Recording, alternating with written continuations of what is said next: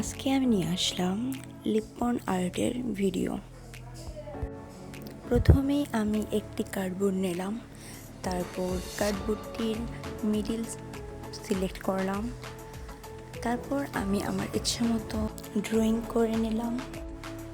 আপনি চাইলে ক্রাফট ম্যাটেরিয়ালসের যে কোনো দোকানেই লিপন আর্টের জন্য এই কার্ডবোর্ডটি পেয়ে যাবেন, একেবারে ড্রয়িং সহ।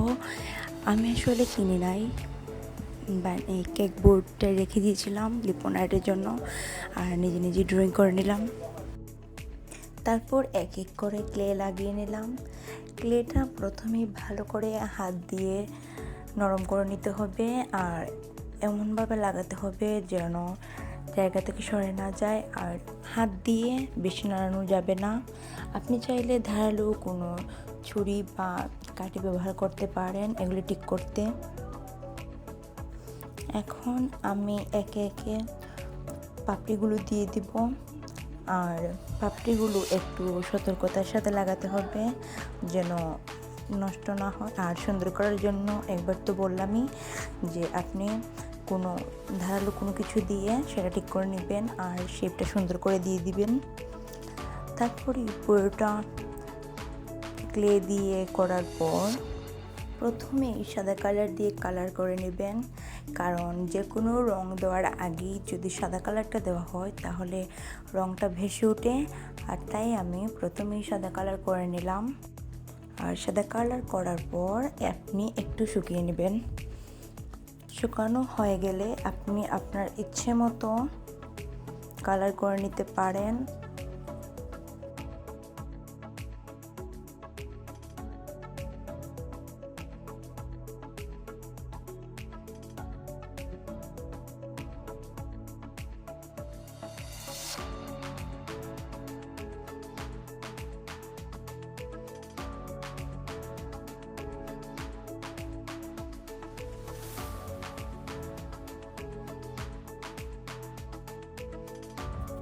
আমার পুরোটাই সাদা কালার করা হয়ে গেছে।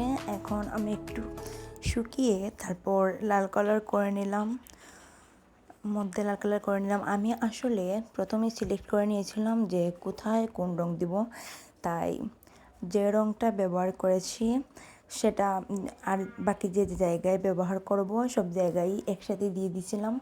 যেমন এখন আমি হলুদ ব্যবহার করতেছি, তারপর আর যে যে জায়গায় হলুদ কালার লাগবে বা ব্যবহার করব সে জায়গায় দিয়ে দিব।